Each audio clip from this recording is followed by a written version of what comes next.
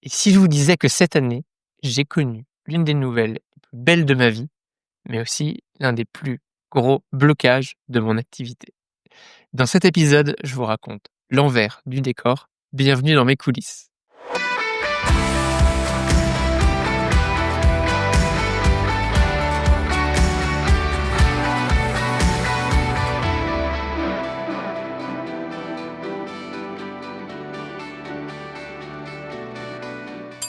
Vous avez déjà abandonné une réservation parce que c'était trop long ou trop compliqué?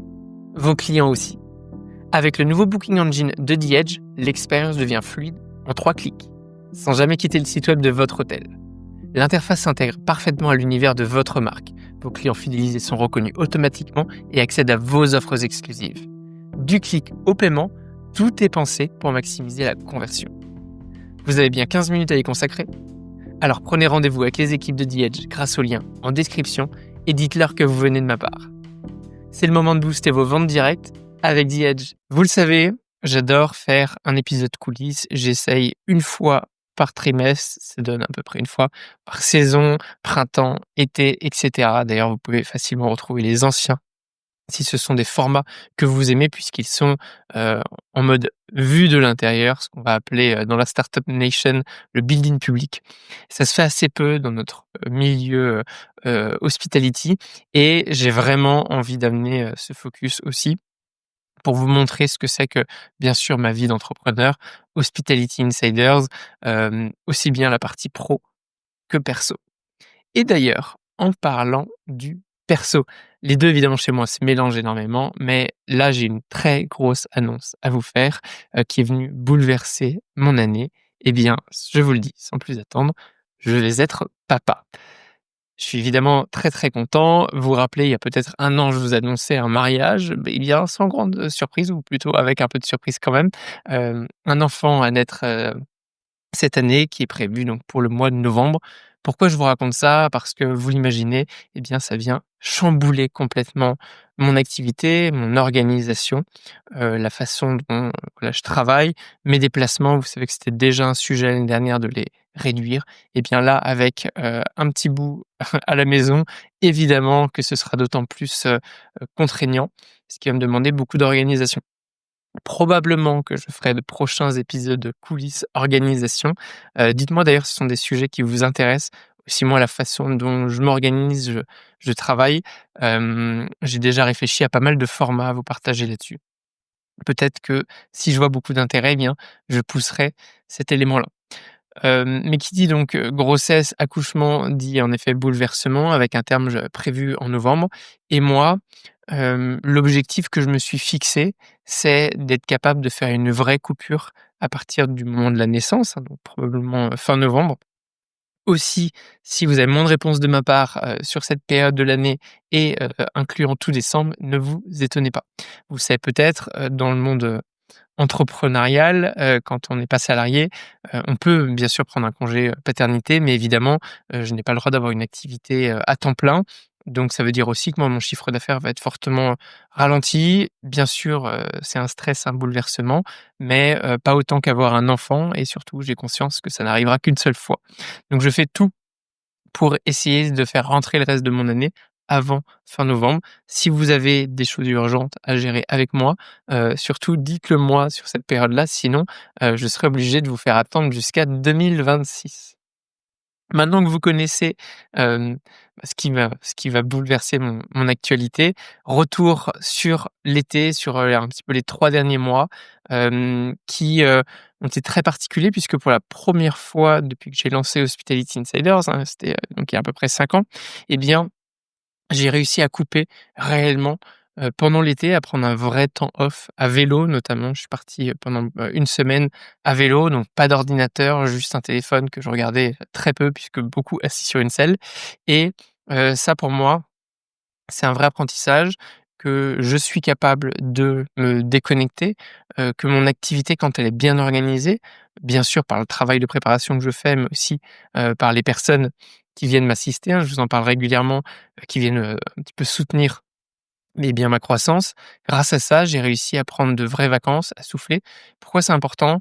parce que je le conseille beaucoup aux hôteliers que vous êtes, hein, aux personnes qui m'écoutent, à quel point prendre du recul, c'est stratégique, c'est essentiel quand on veut tenir sur la durée. Rien de plus mal chaussé qu'un cordonnier, et bien, c'est pareil pour probablement le podcasteur qui vous donne des conseils. Donc j'ai essayé cette fois-ci de me les appliquer, ces mêmes conseils, de faire une réelle coupure. Force est de constater que ça a bien fonctionné, puisque j'ai l'impression de non pas avoir des révélations, pendant cette période estivale, mais en tout cas de revenir en pleine forme avec une vraie bonne énergie, qui va me permettre aussi de, continuer de maintenir la vitesse avec, pas mal d'annonces d'ici à fin novembre et le congé paternité. Donc, je suis très content de ça, c'est une vraie réussite, et aussi je me rends compte que, l'activité, entrepreneuriale finalement est très saisonnière, hein, comme l'activité hôtelière ou de restauration. Et qu'en fait, juillet-août, si vous êtes hôtelier-restaurateur, vous le savez, c'est pas là que vous signez des devis, ce n'est pas là que, vous, travaillez votre stratégie. Vous êtes le nez dans le guidon, en train de vous occuper de vos clients qui viennent dans vos établissements, puisque c'est vraiment la saison forte, et vous commencez seulement à lever le pied à partir de septembre. Eh bien, moi, j'ai profité de ce moment où vous êtes le nez dans le guidon pour justement lever le pied, pour que quand vous puissiez, lever le pied à votre tour, eh bien, je sois là pour répondre à vos questions et continuer de vous aider.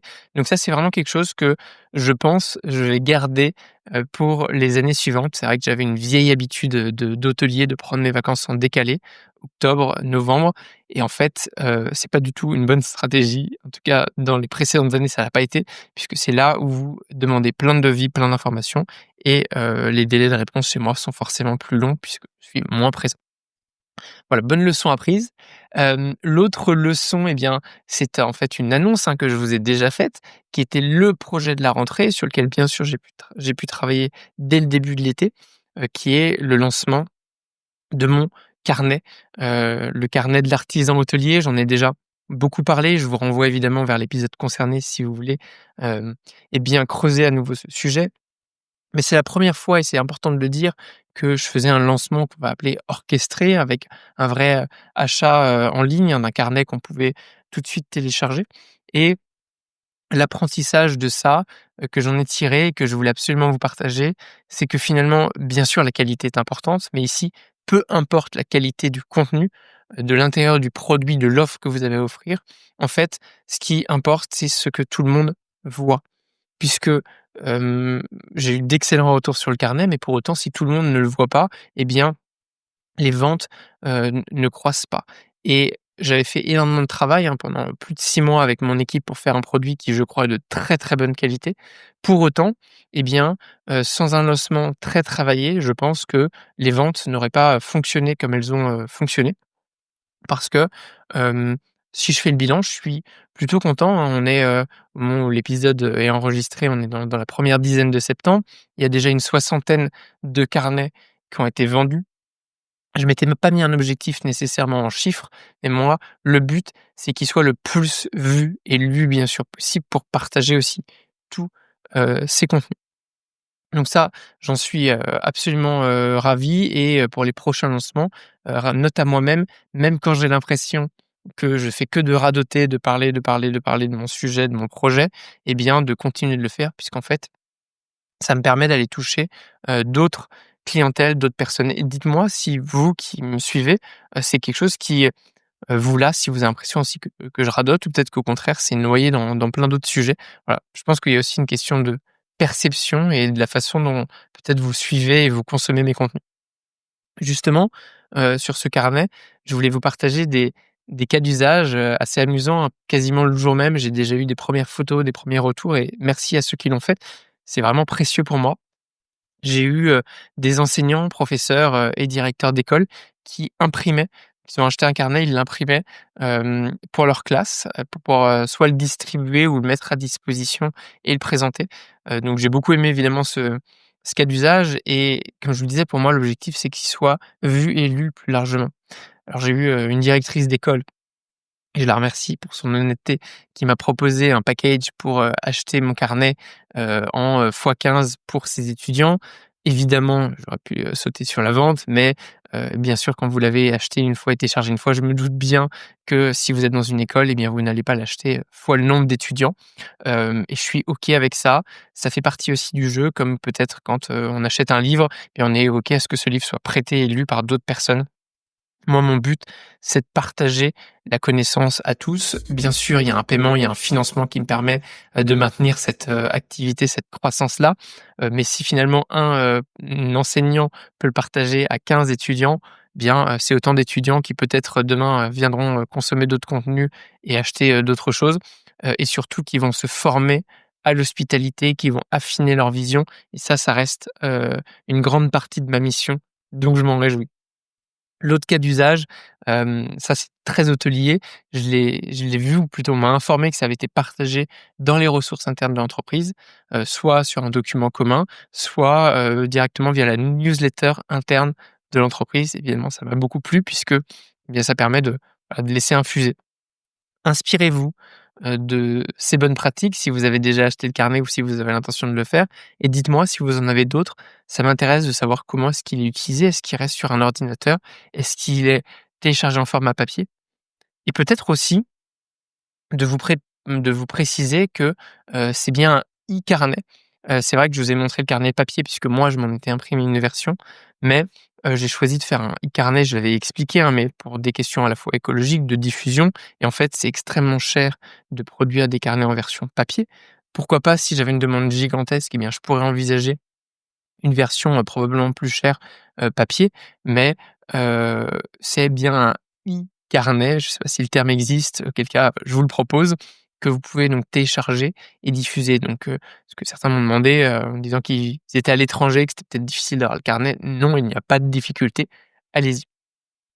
Et je vous rappelle enfin que l'offre, de promotion, si vous écoutez ça toujours en septembre, s'arrête au 19 septembre, hein, c'était la promo de rentrée. Donc c'est un carnet qui est à 17 € et qui repasse à 39 € à partir du 19 septembre.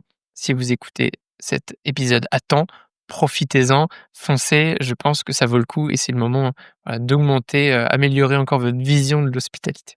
Hop, hop, hop, j'interromps quelques instants votre visionnage de l'épisode, simplement pour vous dire que vous êtes de plus en plus nombreux à me suivre sur YouTube et je vous en remercie. Vous l'avez vu, je mets beaucoup d'énergie pour que tous les épisodes soient filmés depuis le début de l'année 2024. Pour m'encourager, pensez à mettre un like et si vous n'êtes pas abonné, faites-le. Vraiment, ça m'aide beaucoup et ça me permet de continuer de grandir et de vous proposer des épisodes toujours plus qualitatifs. Allez, je vous arrête pas plus longtemps et retour à l'épisode. Je voulais vous faire aussi un chapitre administratif. Je vous avais annoncé il y a quelques mois que j'ai passé, Calliope, c'est une certification sur laquelle je ne reviens pas dans le détail et je vous renvoie vers cet épisode si vous voulez creuser, qui me permettait, ou plutôt qui vous permettait à vous, hôteliers restaurateurs, de faire financer vos formations. Sous réserve que vous cochiez les cases, je vous épargne les détails administratifs là-dessus. Néanmoins, et ça a été vraiment le coup dur de ce trimestre, un ralentissement énorme de mon activité. Actco, qui est l'organisme financeur, hein, dans les CHR, qui en fait débloque l'argent pour les organismes de formation comme moi, pour que vos formations puissent être financées, eh bien, a complètement gelé ces financements et ça depuis le début de l'année. C'est quelque chose que j'avais déjà entendu, mais évidemment, tant que j'avais pas Calliope, je n'avais pas creusé et là, les clients avec lesquels j'ai voulu travailler dans ce sens-ci, finalement, ont dû payer de leur poche. Certains ont pu, d'autres n'ont pas pu. Conséquence, eh bien pour moi, un ralentissement énorme de mon activité puisque aussi bien les formations présentielles que distancielles avec la formation en ligne sont éligibles à ces budgets de l'ACTCO. Donc ça a été, un petit peu violent. J'ai attendu au début que ça se débloque et finalement, eh bien et ce sera probablement l'apprentissage de ce chapitre aussi, j'ai rebondi et je suis passé à autre chose. Alors évidemment, si ça se débloque dans les quelques semaines à venir, j'en serais ravi. Je pense plutôt que ça va être sur les budgets 2026, mais ça, ce n'est que, un petit peu ma prescription pour le futur, mais je n'ai pas vraiment de confirmation. En tout cas, moi, l'apprentissage, c'est rebondir, ne pas mettre aussi tous ses œufs dans le même panier, ne pas faire son prévisionnel que sur quelque chose qui finalement n'est pas complètement contrôlable. D'où le pivot, que j'avais commencé à effectuer fort heureusement déjà en début d'année. Je vous en avais peut-être parlé, mais qui est de faire un maximum d'accompagnement long terme. Alors pour plein de raisons. La première, en fait, c'était pas vraiment la première, mais c'est celle dont je viens de vous parler, c'est éviter d'être pris, bloqué par, des éléments exogènes comme celui-ci, avec Calliope et Actco. Mais le deuxième et le plus important pour moi, c'est surtout que ça me permet d'accompagner mes clients sur la durée. Donc j'ai transformé la plupart de mes prestations d'accompagnement à long terme, tout ce qui était audit, conseil, formation, en accompagnement plus continu. Je vous donne un exemple, un hôtel que je vais auditer et bien suite à ça, je vais lui faire bien sûr des recommandations, et accompagner la direction d'un point de vue stratégique pendant, une durée de 6 mois. Généralement, c'est ça que je fais, voire plus, avec en parallèle des actions de formation pour les équipes. Donc les équipes me connaissent, elles me voient, elles me revoient. Des séances de coaching avec certains managers en présence et à distance qui me permet de suivre un peu les éléments clés. Et là-dessus, certaines entreprises décident de rajouter la fameuse brique de formation en ligne pour que tout le monde puisse être formé en continu. Ça pour moi, c'est vraiment, l'accompagnement, signature dont je suis le plus fier de cette année, qui s'est, dessiné un petit peu au fil de l'eau et force est de constater que les premiers retours sont excellents puisque les hôteliers restaurateurs, que vous êtes et qui travaillent avec moi, avaient vraiment l'impression d'être suivis. Contrairement à une formation où j'arrive, je fais 1, 2, 3 jours de formation, puis je m'en vais et c'est difficile ensuite de connecter avec les apprenants, vos collaborateurs, le turnover qu'il peut y avoir, au milieu. Donc vraiment, ça, c'est quelque chose que je vais continuer et en plus, je dois vous avouer que c'est là où je m'amuse le plus puisque je suis au contact de vos équipes tout au long de l'année. Je les fais monter en compétences, je les vois se transformer et ça, c'est vraiment la plus belle des récompenses pour moi. Justement, la brique académie dont je, vous ai parlé à l'instant, il y a une grande nouveauté. C'est que évidemment, si vous êtes un hôtelier dirigeant, vous pouvez acheter toujours cette académie, cette formation aux fondamentaux de l'accueil, qui est à l'intérieur de l'académie et que vous allez pouvoir distribuer pour vos collaborateurs.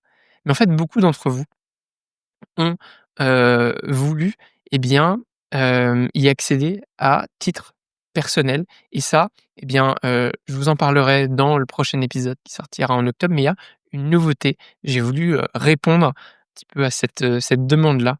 Donc je vous l'annonce dans quelques semaines, je vous en fais le teaser aujourd'hui. Il y aura vraiment un épisode entier au sujet de ma formation en ligne, de mon académie, où on va creuser là-dedans.